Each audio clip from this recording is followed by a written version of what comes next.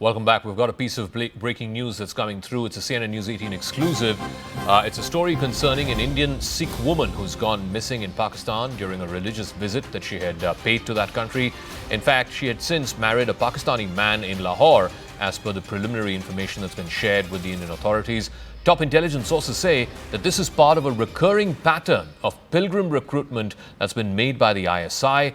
Their pattern is to target women from the minority community, particularly from the Sikh community. Remember, there are religious places of significance to the Sikh community in Pakistan, Nanak Sahib being one of the most prominent there. And every time there are these jathas that go from India to Pakistan during these religious visits, these pilgrimages, then the ISI hatches a plan to abduct some of these women. Sources also further adding that these religious tours, particularly to Nankana Sahib, Panja Sahib and Kartarpur, are exploited by the ISI and its surveillance teams. Siddhant has more on this. Siddhant, what do we know about this missing woman?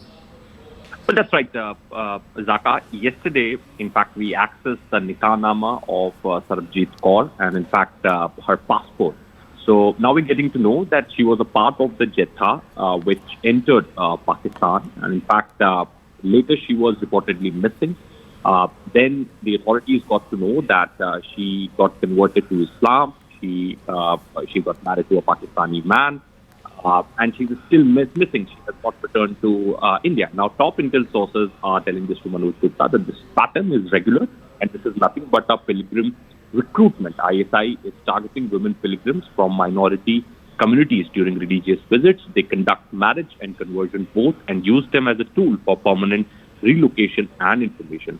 Through the Nikah-nama claims consent, but this is a case of forced conversion. This is what Manoj Gupta is bringing for Zaka.